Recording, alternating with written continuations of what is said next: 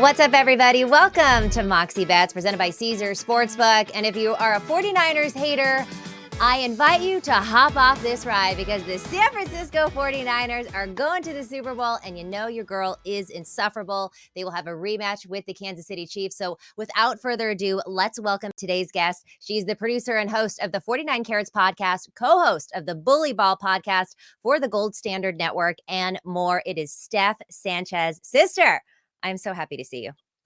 Katie, thank you so much for having me on, first of all. And what a game, right? What a game. Okay, we're going to really get into this later in the show, but just a quick look. Obviously, it's the 49ers and the Chiefs in a rematch of the 2019-2020 Super Bowl. So this lined up and up at 2.5. 49ers were favorite. It's already been bet down to 1. 49ers are minus 120 on the money line. Chiefs are at even money. You could get the Chiefs, who have gone to the Super Bowl in 4 of the last 5 years, at even money. The total is 47.5.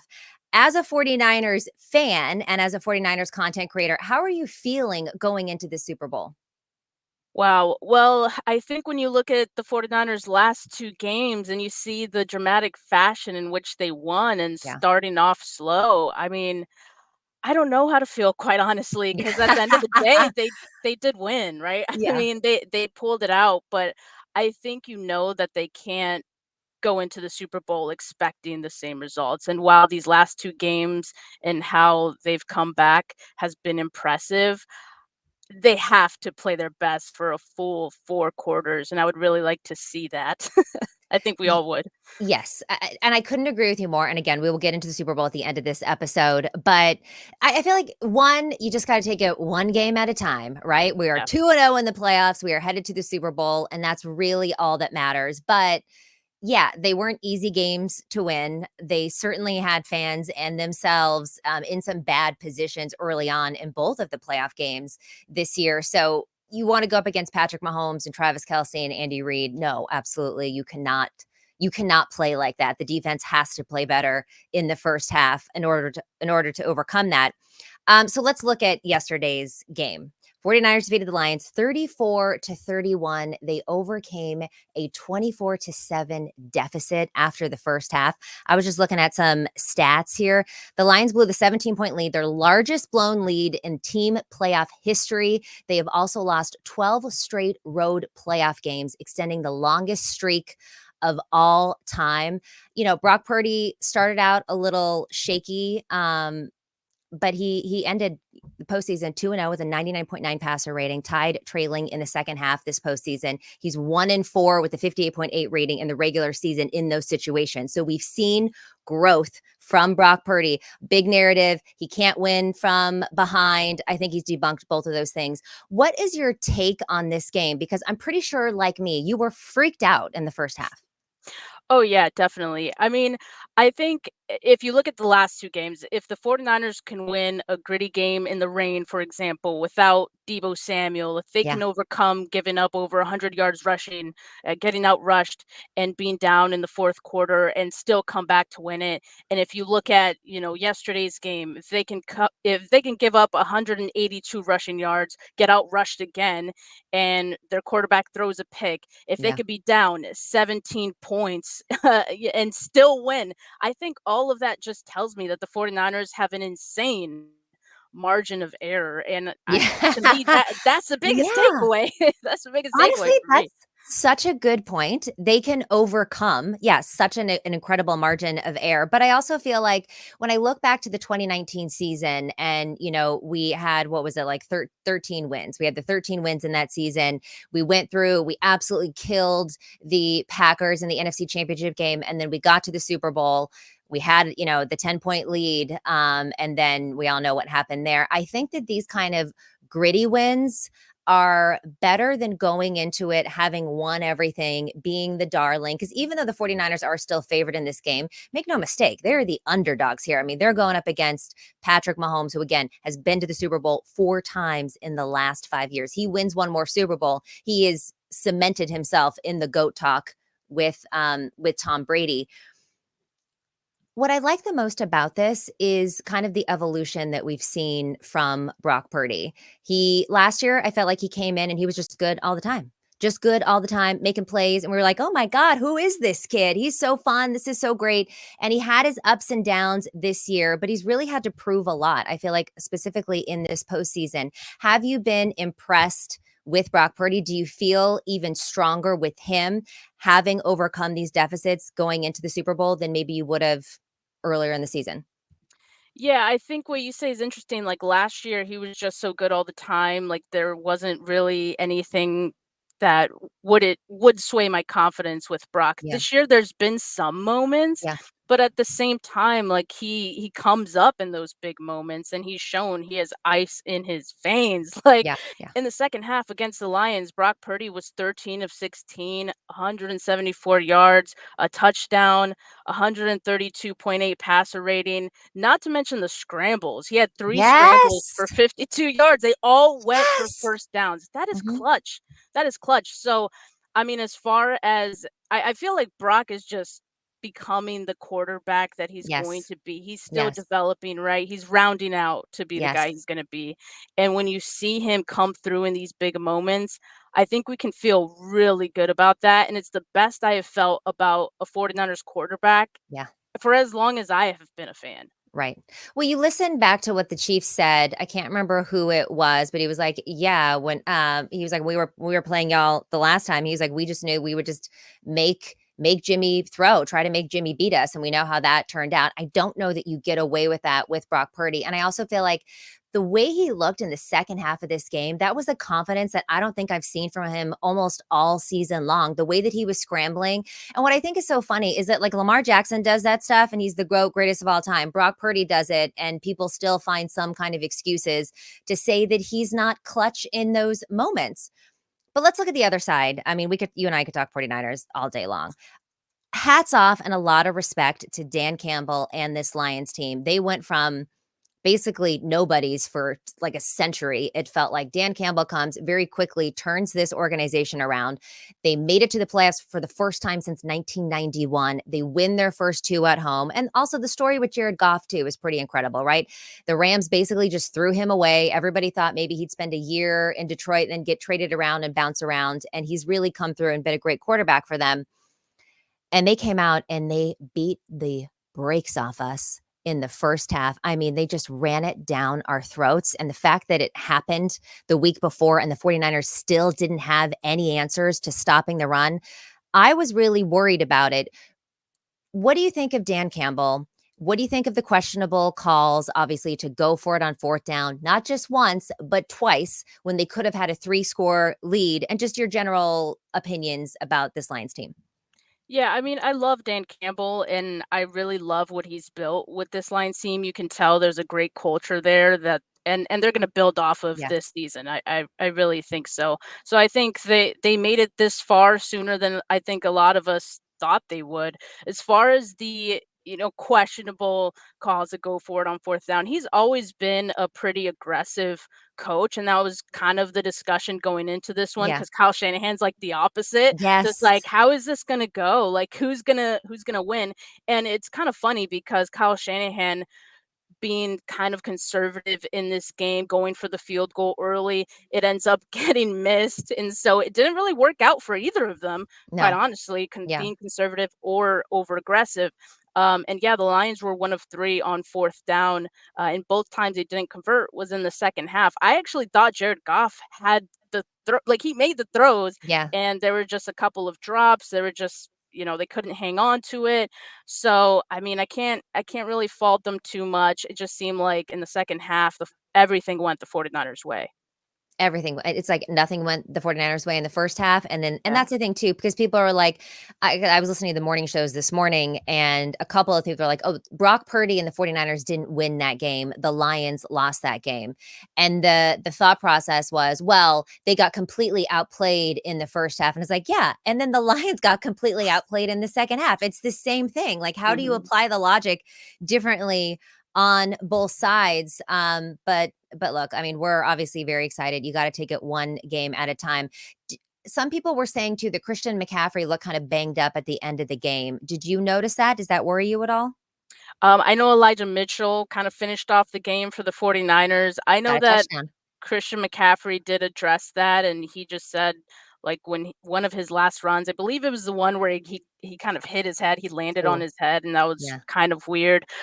So he said his shoulder or something didn't Mm, feel right, so he just didn't feel like confident, I guess, that he can hold on to the football. And pretty important to hold on to the football, when your team's up three, in the final going there. So I actually respect that self-awareness from Christian yes, McCaffrey. But one yes, thing I wanted to mention about McCaffrey and Kyle Shanahan in this game that I did appreciate is that the 49ers didn't really panic in this game. There's been yeah, other games where Kyle Shanahan will completely abandon the run and yes. it'll to their demise, right?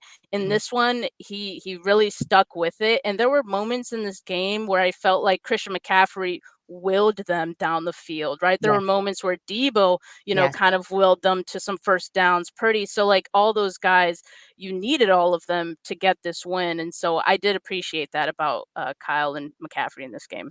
I agree with you. You look at Christian McCaffrey, 2 touchdowns, 90 rush yards, 42 receiving. In the beginning of the game, when we kept pounding the rock with Christian McCaffrey, I was like, let's get him involved in the passing game because you're playing into the Lions' defensive strike. He was getting nowhere, nowhere, nowhere. And then it seems Mhm. like right after, collectively, I think the world said that that's what happened. They got him involved in the pass game. It opened things up and us, in order to get that first touchdown.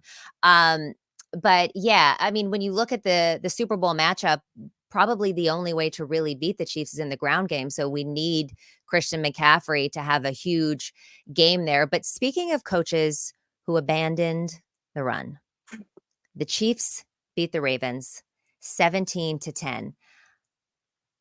Why weren't they, Steph, running the ball in the second half of that game? What happened? Did they just panic because they were behind? And then so you try to play catch up, play catch up, play catch up. But you could beat Kansas City in the ground game. I really do feel like they panicked, and I felt in several moments in this one that Lamar Jackson was just going for the big Forcing it. play Yeah. instead of just chipping away. Yeah. Like, and it was early enough in the game, and the game was close enough at that point where I felt like, okay, let's just drive down the field. Let's just Yeah. march down and get something going. But they kept looking for the big play. It wasn't there. Credit to the Chiefs for, holding things down on their end. But yeah, I felt like they missed their opportunity, on that one. What'd you think of the Zay Flowers situation? Because, in the beginning of the game, I believe that was on CBS, actually. That was on CBS. They did a whole package on him, and he came off so likable, and I was so excited for him. And he had some big plays, but then, of course, he got the taunting call, which some people say things like, "Oh, there shouldn't be taunting in football." The reality is that is a penalty. It was as clear as day. He was egregious about it, and it got called. So there was that, and then, of course, he gets it punched out right in the end zone. W Is this just, like, rookie mistake stuff? Like, what's your feelings on Zay Flowers? I think it definitely is, and it goes along with just it being playoff football. Emotions are heightened, and sometimes guys have a hard time, keeping their emotions in check, Yeah, especially in the spur of the moment like that. I mean, I don't blame him for being really excited yeah, or feeling a way about making that catch. It was great and it was an awesome play. But at the end of the day, it's not just about you, it's about the team. So he did put his team in a difficult spot there. At the end of the day, like they did get in position to score. I yeah, felt like he forced it. Like yeah, he could have just yeah, gotten down at that point, and right. making that extra effort is kind of what allowed Snead to get his hand in there and make that fumble. I couldn't believe that when it happened. I know a lot of people are saying it's karma. Well, because it kinda is. If you're gonna lean on top of Snead and flex on him, and then he's the one that punches it out the goal, and that could have been that was game right Yeah. there, I felt like. At Mhm. that point, then they just started unraveling. So, when you look at this Ravens team and this loss, who is to blame? Is it John Harbaugh and its coaching? Is it Lamar Jackson? Is it Zay Flowers? Like, when you look at this was the best team in football, I thought. And look, I'm a 49ers Yeah, fan. This was the scariest team. I This was agree. the team I didn't wanna see. After watching what this defense did to the 49ers on Christmas, seeing how they completely dismantled CJ Stroud, who has been excellent all season long, I was like, "Oh, man, this is the team to beat," and then they just completely fall apart. And I'm not giving the Chiefs too much credit here, okay? I know that they are the four-time, it's their fourth time going to the Super Bowl, and Patrick Mahomes is the GOAT, but they didn't score in the second half, Steph. Okay. They did not score in the second half. So I'm not giving them the defense, I will give credit to, but I'm Yeah. not giving the offense too much credit. What happened with the Ravens? Well, for one, I think because they were not really getting drives going, they didn't handle the ball very long, Yeah. and that hurts your defense too. I know you mentioned the defense kind of doing a better job. The Ravens defense that is doing a Yeah. better job in the second half of limiting Mahomes and the Chiefs, but I mean that's hard to overcome in a course of a game, right? Kansas City had the ball 37 minutes to Baltimore's 22. I mean, those are just tough numbers, and so that just goes back to me saying like the Ravens needed to get some drives going. They needed to march down the field, chip Yeah. away at anything that they could. But as far as like who should get the blame, I don't really know because it's easy to blame the play calling, but at the end Yeah. of the day, we don't really know what those plays were. And I mean, clearly there wasn't anyone open downfield. Yeah. To some extent, I also want to blame Lamar Jackson because a lot of people were saying too, Lamar, like use your legs, come on, like, Yeah. and you just didn't see that from Yep. him in that game, even though there were maybe some opportunities for him to do that. So I don't know. I think it's a number of different guys. We mentioned Zay Flowers, right? Like that definitely had a hand in the loss. So it was a group thing, and Yeah.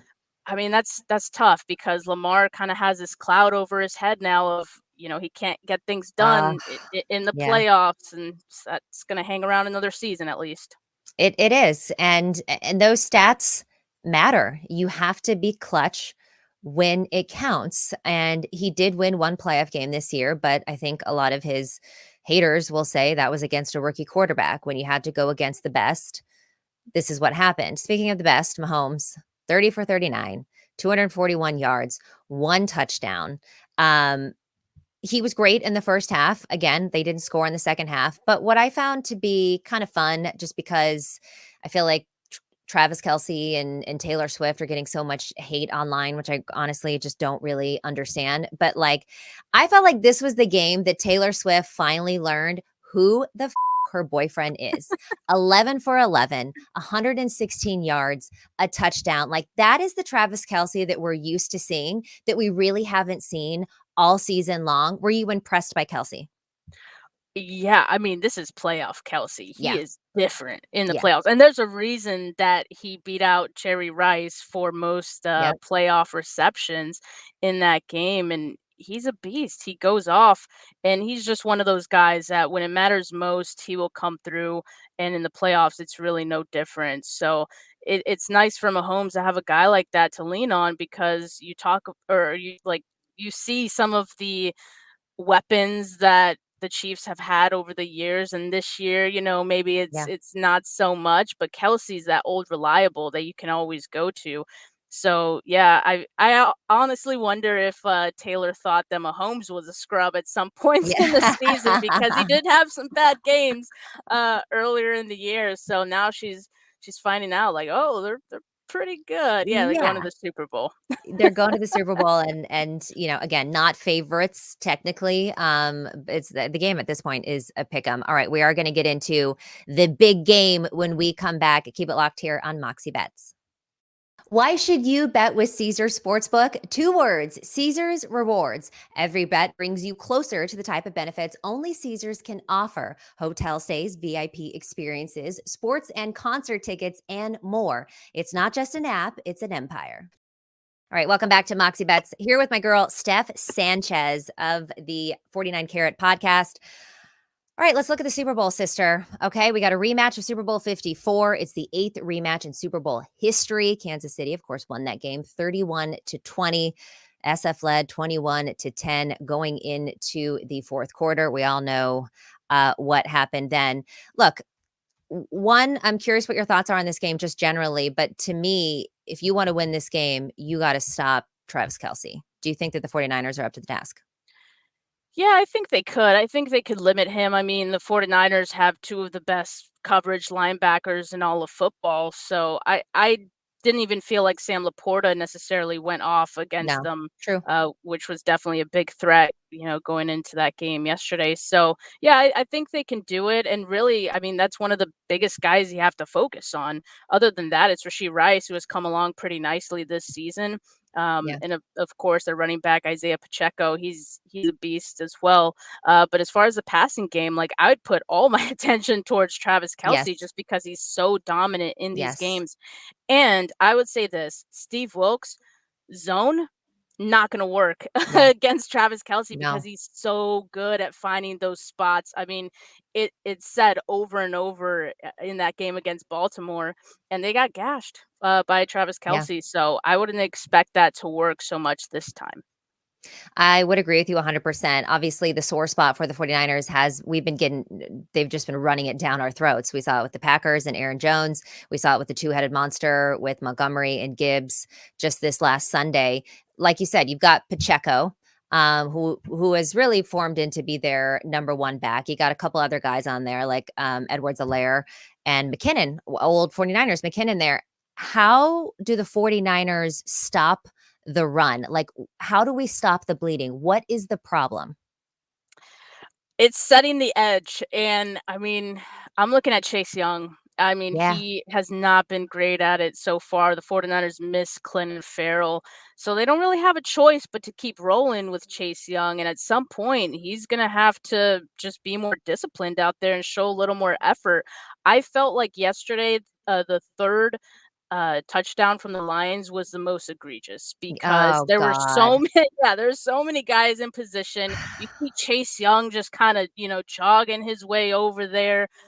Within he looks like he's within inches of him, Yeah, right? And yeah, there's just no effort there. So I question a lot of things on that play. Those are things you just can't have happen in the Super Bowl, and in particular against Isaiah Pacheco, who runs really yeah, hard. I mean, he can yeah. get a lot of yards after contact as well. Mhm. So definitely going to need more effort. The outside runs are definitely a problem for the 49ers. I know a lot of people mention like the pin and pull has been giving the 49ers a lot of problems. The the screens Yeah, have been giving them problems. yeah. Anything in space. So that's definitely something I hope Steve Wilkes is prepared for this week or next week. 2 All weeks. right, so yeah, so clean it up on the edge, stop the run, obviously put all of your attention on Travis Kelce. Let's go to the other side of the ball, the 49ers offense. What are the keys to beating the Chiefs? Well, the Chiefs' defense is actually their strong suit this year. The It's pass this is a defense is just nasty. Yeah, they're so good, and Steve Spagnuolo he his put on a bag. master class. Mhm. Yes, he's in his bag. He called a perfect game. I mean, they blitz a lot, they disguise coverages a lot. They're very disciplined and sound, so it's gonna be tough, for the 49ers, I think. It's really gonna be a chess match between, Spags and Kyle Shanahan in this game. I would roll with Kyle Shanahan. I would roll with Debo. I would roll with Purdy. All these guys who have Yeah, got you to this point yeah, and who come up big in big moments, yeah. those are the guys I would lean on in this game. And at some point, something's going to go right. I agree, and you look at the track record between Andy Reid and Kyle Shanahan, and it's not that great, but I'm biased. We've been on this quest for 6 for a very long time, Steph, but I do feel like the 49ers are due. Again, extremely biased on this one, and just the way that Kansas City has played all season long, they're peaking at the right time, but it just feels like you can't get away with this kind of stuff for an entire season and win the Super Bowl. That would just be, I mean, depressing for me. But also, I don't know. It's just personal, I guess, to me, and that's what I'm looking at here. I just feel like they can't win again. They can't keep getting away with this. You Right. know what I Yeah. mean? Right. What Eddie, yeah, Yeah, what's crazy about these games, like, and that I've learned throughout these playoffs is what happened in the regular season does not matter. What happened the no, week before doesn't no, even matter. I mean, it's really who comes the most prepared and who plays their best football for 60 minutes when or, for a half if you're the 49ers yeah, when it all comes down to it. So yeah, it's going to be tough. And, we can feel like the 49ers are due. I'll say this, Katie, I feel like Brock Purdy is the equalizer here. Like, I yeah. feel like in looking at the last time the 49ers were in this position, I feel so much better just with the quarterback position alone, and I feel like that'll be the difference that puts them over the hump. So when looking at yes, I agree with you, and I just think he's got alligator blood, and what we've seen this kid do in the second half of the last 2 games. That is a quarterback, like you said, that I trust that even if we're down, he's gonna give us the opportunity to win the game. I believe that wholeheartedly based on what we've seen. So Mhm. the line movement for this has been interesting, right? Because the 49ers opened up as 2.5-point favorites. It's already been bet down to 1.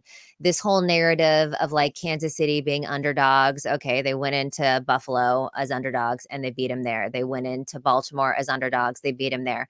Would you rather the 49ers be underdogs in this Super Bowl, or do you kind of like us with a little bit of the edge here?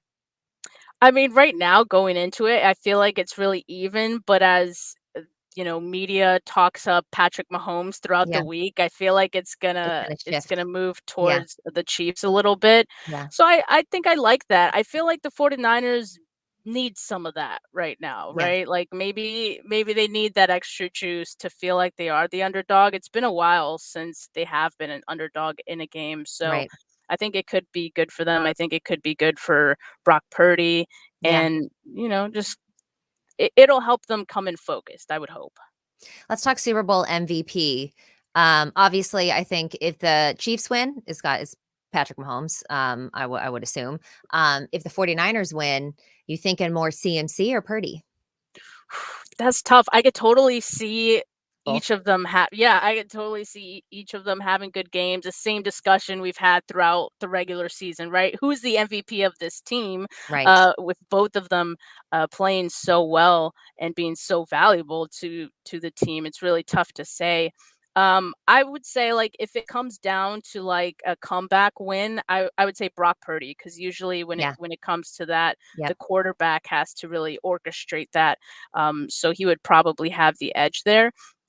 But, if the 49ers can get a ground game going and we see the Christian McCaffrey we've seen all season, I mean, he'd probably be the favorite for me. Yeah, if the way to beat the Chiefs is on the ground and Christian McCaffrey goes off for a crazy game, I can see that. But like you said too, if there was an MVP for the NFC Championship game, it's got to be Brock Purdy. I mean, he is responsible in the second half for that win. Um, so I'm so excited. Are you going to be out in Vegas at all? Are you covering? I will be. I won't be credentialed, but I Okay, will be out there, good. having fun. I just want to Yes. be in the atmosphere. I want to be around other 49er fans. I wasn't able to make it to any of the 49ers playoff games this season, so gonna make it up for it in Vegas. Well, maybe you'll come on Moxie Bets and we can get you credentialed for the media center Sure. for one day because that would be amazing. Steph, always a pleasure to talk to you. Talk to everybody about what you got going on. You have a lot of shows. You're also going on different television shows as well, talking about the 49ers. You've got really fun videos of Nick Bosa. I mean, this girl does impressions that of Nick Bosa that are absolutely spot on and you've gone viral like several times. So just talk to everybody about where they can find you, what you got going on because I know you're also doing some draft stuff as well. Yeah, you can find me at Steph49K pretty much at all the social media platforms, YouTube, Instagram, Twitter, TikTok. That's where you can find the Nick Bosa impressions. People are asking me to do a Nick Bosa speech from Yes. halftime, so I might have to do that. But yeah, there's going to be some content coming up, of course, leading up to the Super Bowl these next 2 weeks, and also I happen to be going to the Senior Bowl this week, so there'll be draft content coming from me this week and throughout leading up to the draft. I absolutely love it. Steph Sanchez, 49 carats. Make sure you lock it in with her. Thank you so much for joining us today and let's go Niners. Thanks for having me so much. Let's go.